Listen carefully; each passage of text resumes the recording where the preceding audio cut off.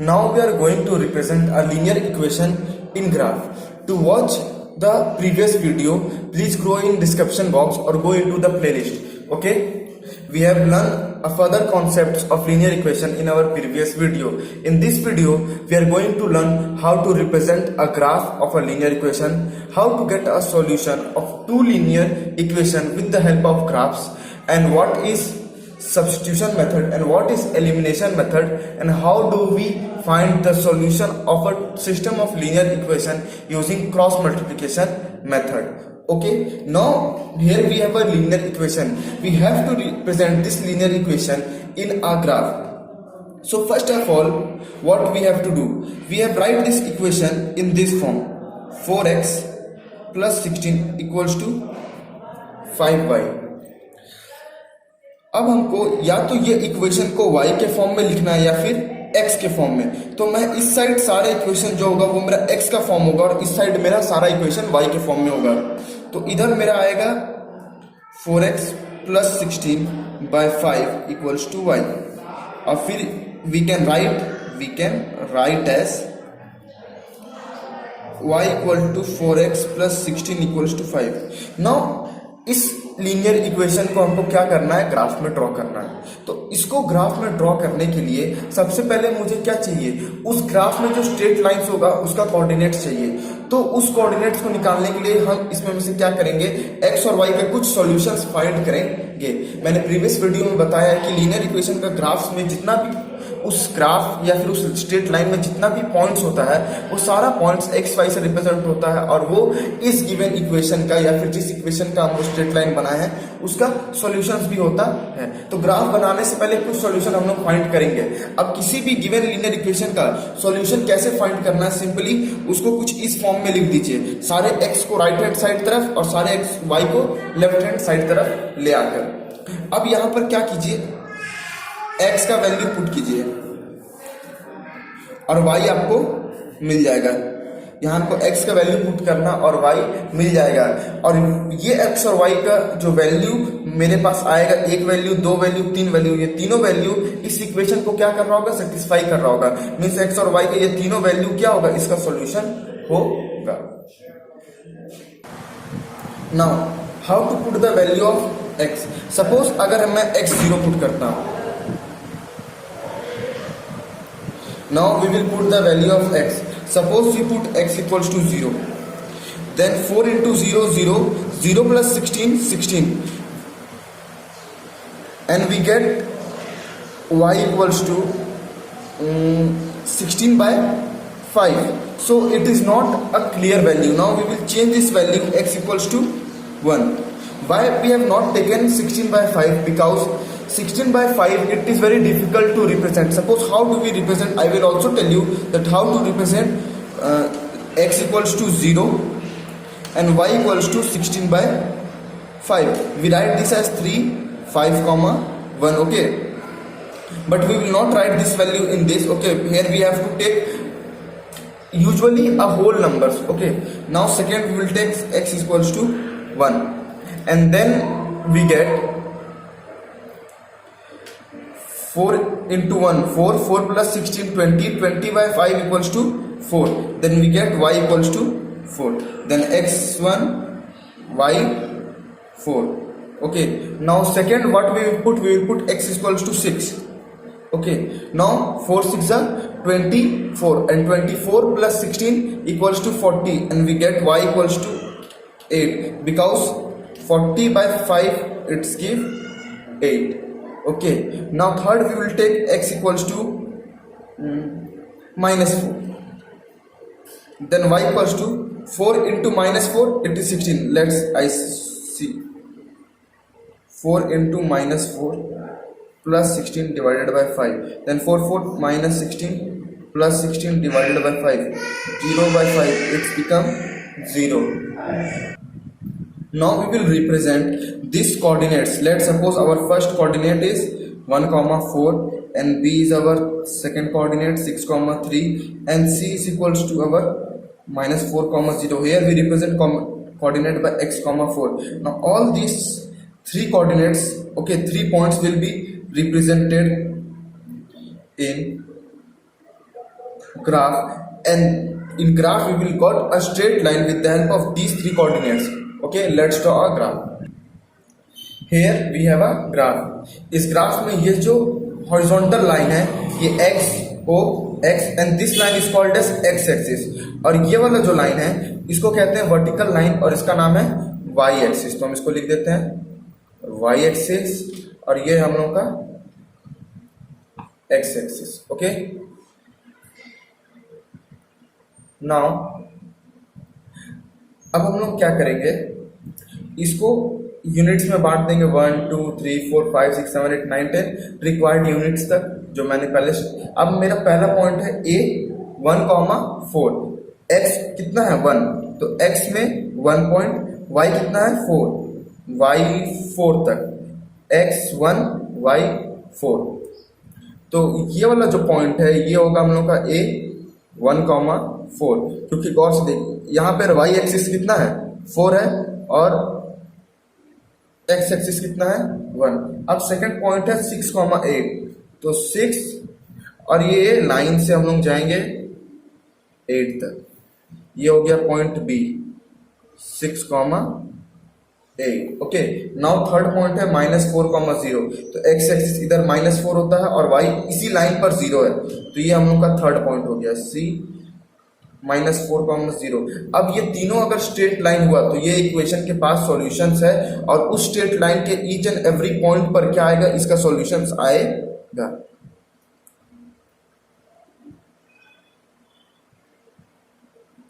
तो ये हमको क्या मिल गया, हम लोग का straight line. Let's draw this. Okay, इसको थोड़ा सा एक्सटेंड कर देते हैं. अब इस स्ट्रेट लाइन में each and every points, okay, इस लाइन के ऊपर ईच एंड एवरी पॉइंट्स क्या रिप्रेजेंट करता है, कोऑर्डिनेट्स. ठीक है, और उस कोऑर्डिनेट्स का जो एक्स वाई का वैल्यू होगा वो इसका क्या होगा, सॉल्यूशन होगा. अब सपोज अगर मैं कोई एक वैल्यू ले लेता हूं, अब सपोज जैसे कि मैं एक ये वाला पॉइंट लेता हूं, यहां पर देखिए गौर से एक्स एक्सिस कितना है -1,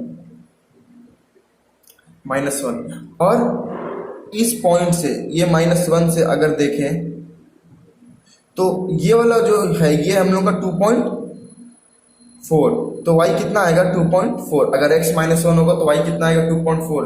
ये कोऑर्डिनेट है इस पॉइंट का, ठीक है, सॉरी इस वाले पॉइंट का -1 2,4.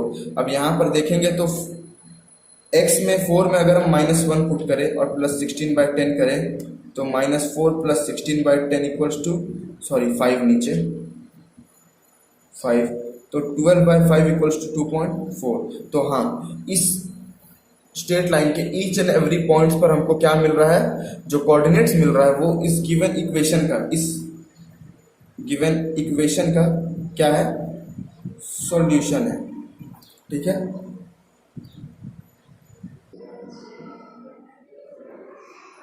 नाउ अब किसी एक इक्वेशन का, किसी एक लीनियर इक्वेशन का तो हम सॉल्यूशन फाइंड कर सकते हैं. We can find the solution of a given linear equation. But जब दो लीनियर इक्वेशन का साइमल्टेनियसली एक ऐसा एक्स और वाई का वैल्यू फाइंड करना हो जिससे both the linear equation means जो दो लीनियर इक्वेशन है वो क्या हो जाए, सेटिस्फाई हो जाए, तब हम क्या यूज करते हैं, some properties of graph. Graph जब हम बनाते हैं तो उसमें कुछ कुछ प्रॉपर्टीज का यूज करते हैं.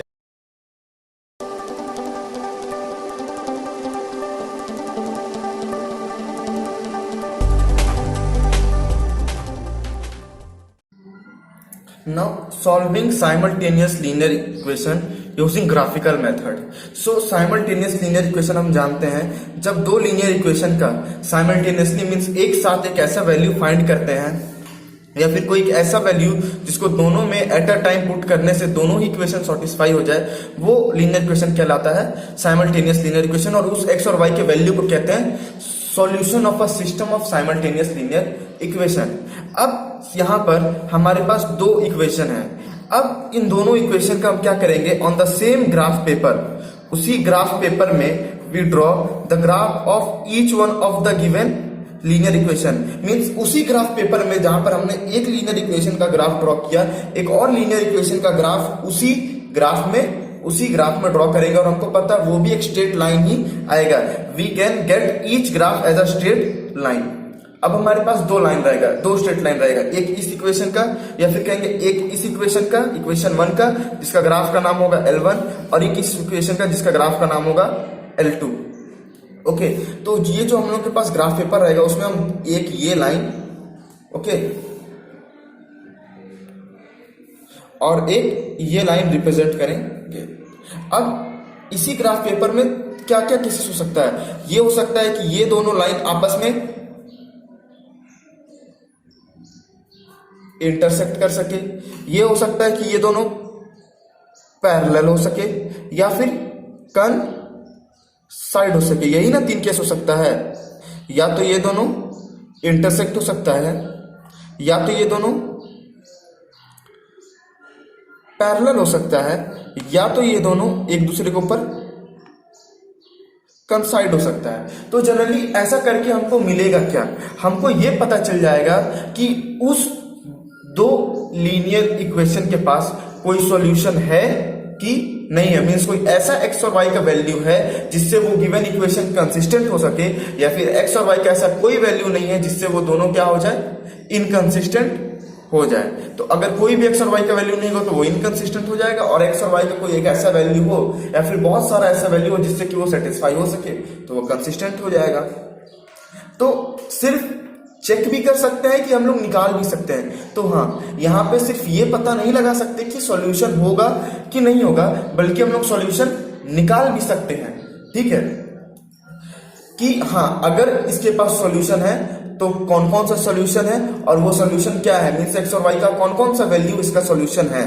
ठीक है, वो हम लोग निकाल भी सकते हैं with the help of graphical method. पहला केस 1 है when the lines L1 and L2 intersect at a point. जब हम एक काम करेंगे, एक ग्राफ पेपर में एक ग्राफ ड्रॉ करेंगे।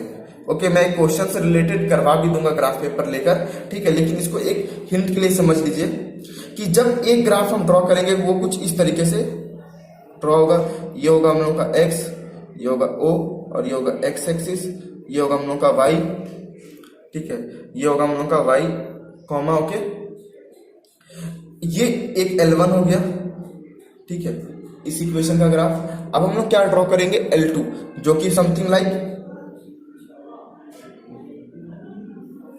ये ग्राफ का नाम हो गया L2। अब ये दोनों ग्राफ जिस पॉइंट पर इंटरसेक्ट हो रहा है उस पॉइंट को नाम दे दीजिए P, और उस पॉइंट का कोऑर्डिनेट क्या होगा, अल्फा एंड बीटा। सपोज कर लीजिए x वहां पे अल्फा है और y वहां पर बीटा है, तो ये पॉइंट का जो कोऑर्डिनेट होगा अल्फा एंड बीटा, यही क्या होगा, इन दो लीनियर इक्वेशंस का सॉल्यूशन होगा। और यहाँ पे इसके पास अगर दोनों लाइन इंटरसेक्ट करता है तो इसका मतलब कि सिर्फ एक ऐसा कॉमन पॉइंट है उन दोनों लाइन के पास। तो ये इक्वेशन क्या कहलाता है, यूनिक सॉल्यूशन रखता है। तो जब भी दो लीनियर इक्वेशन का ग्राफ अगर इंटरसेक्ट करता है एक पॉइंट पर, ऑब्वियसली दो स्ट्रेट लाइन एक ही पॉइंट पर इंटरसेक्ट करेंगे, ठीक है, तो वो पॉइंट क्या होता है, उस गिवन टू इक्वेशंस का सॉल्यूशन होता है। ठीक है, और जब भी किसी लीनियर इक्वेशन या फिर टू लीनियर इक्वेशन के पास एक सॉल्यूशन होता है, सिर्फ वन सॉल्यूशन, उसको हम लोग कहते हैं यूनिक सॉल्यूशन। ओके, नेक्स्ट हम लोग पढ़ेंगे कि अगर पैरेलल होगा तो क्या सॉल्यूशन है कि नहीं है, और फिर हम लोग पढ़ेंगे कि अगर कॉन्साइड कर जाता है तब क्या होता है।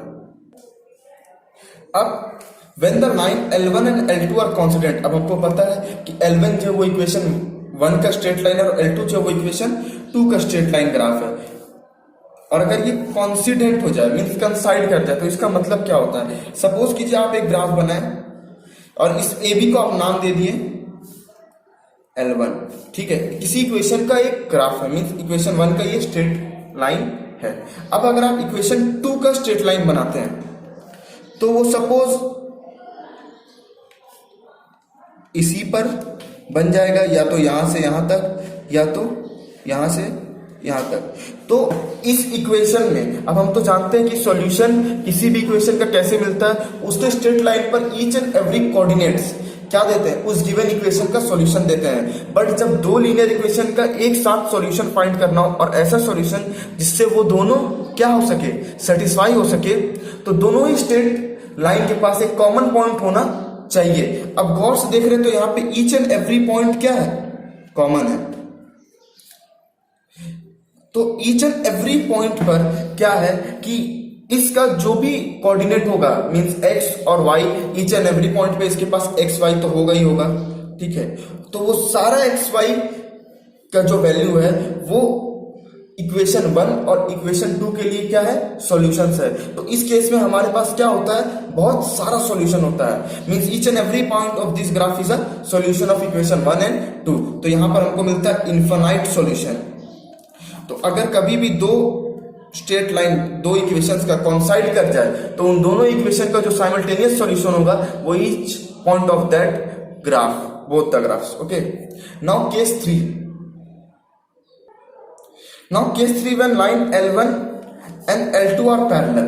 तो सीधा सा बात, अगर पैरेलल है तो वो दोनों लाइन कहीं भी मीट नहीं करेंगे, कहीं भी एक साथ टच नहीं होंगे, तो कोई भी दोनों में कोई कॉमन पॉइंट हमको नहीं मिलेगा। सपोज ये एक लाइन है और ये एक अदर लाइन है, ये दोनों लाइन के बीच में कोई भी कॉमन पॉइंट नहीं है, सो यहाँ पर नो सॉल्यूशन होगा जब दोनों लाइन पैरेलल होंगे।